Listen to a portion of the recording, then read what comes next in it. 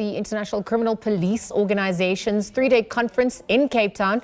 That all wraps up today. Well, top police officials from across Africa and partner countries, they have been discussing ways to better tackle transnational organized crime. The world's largest international police organization is focused on teamwork, improving intelligence sharing, as well as using new technology. And with crimes like cybercrime, financial fraud, and human trafficking, these have now topped their list.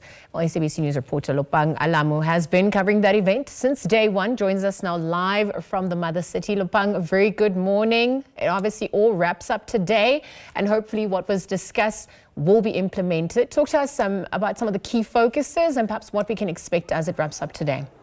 Liesl, a very good morning. That's correct. Most of the things that you mentioned just now were touched on.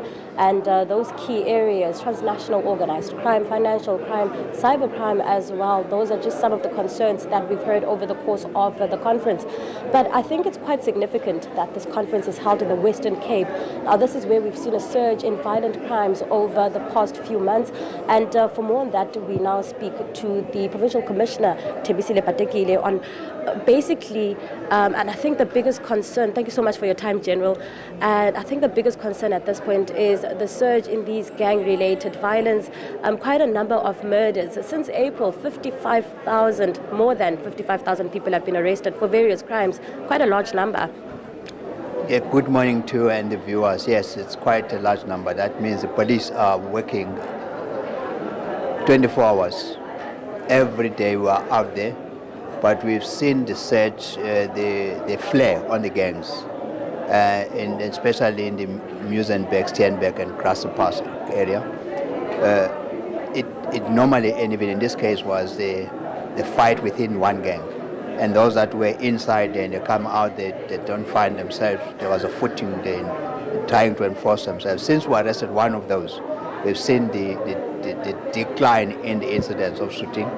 And there was a shooting in Mitchell's Bend near the court, where now we arrested somebody yesterday who will be appearing in court on Monday. But what we discovered is that that person has two pending cases in court. One is for illegal possession of firearm and also for another matter. But again, in particular in this one, the deceased and the suspect belong in the same gang. So again, this conflict within the one gang is manifesting itself into many matters. But we are on that point. What we're doing now, we're doing coordinate searches. We are also locking down the hotspot areas and doing VCPs and looking for wanted suspect. Because in the Western Cape, the weapon of choice is firearms. We have taken since April 880 firearms, and more than 880 people were arrested. And this week alone, 35 firearms were retrieved. And of those, 7 of those are semi-automatic rifles, and 4 of them are AK-47s, and 2 are Uzis, and one automatic rifle. Now we believe that these firearms are coming from other countries. Hence, we have the conference here, and we're talking about the transnational crimes, organized crime, the cyber crimes, the human trafficking, and the smuggling of drugs, because in where we are in geographically, we're at the tip of the continent, and everybody moves southward. And we're seeing that these guns, if we can prevent them from the other countries, hence we're cooperating. We had some bilaterals with other countries in this meeting to ensure that we prevent this from coming to us in the country, and especially in the Western Cape.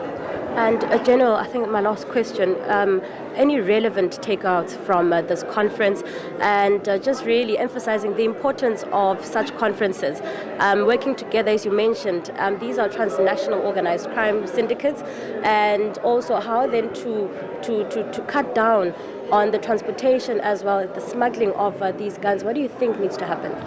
Look, the conference itself has come at a time we really need to cooperate. Remember, crime knows no bound, and criminals have got no boundaries, no countries. They work, but the one thing that we are tasked to do is to ensure that there is safety in all our countries in the continent. But sharing now the crimes and the suspects, then that means that if we cooperate, and we know that, for example, most of our vehicles are found in other countries, and other things that are stolen in the Southern Cape, here in Cape Town, they found in other countries. So that cooperation will assist us, and now we know who to talk to, rather than just having to go all the routes. But as policemen, we know that the channels that must be followed, but we talk now as human beings, and as also in our professional space, and that is, I think, is going to assist us a lot. General, speaking about policemen, how safe are your men and women in blue in this particular province? Are they encouraged to use the weapons that are given to them in order to protect themselves and innocent citizens? Well, we are charged to protect the citizens, the property, and ourselves. Where our members are confronted with a situation where they have to protect themselves, they must do so, but within the law, to ward off the attack. We've been doing that, and we are encouraging our members to protect themselves. They must remain vigilant and must look at one another, protect one another, but also restrain where it is unnecessary. But once the attack is no longer necessary, then you cease from attacking that person, because you wanted to applying what we call in law private defense. Thank you so much.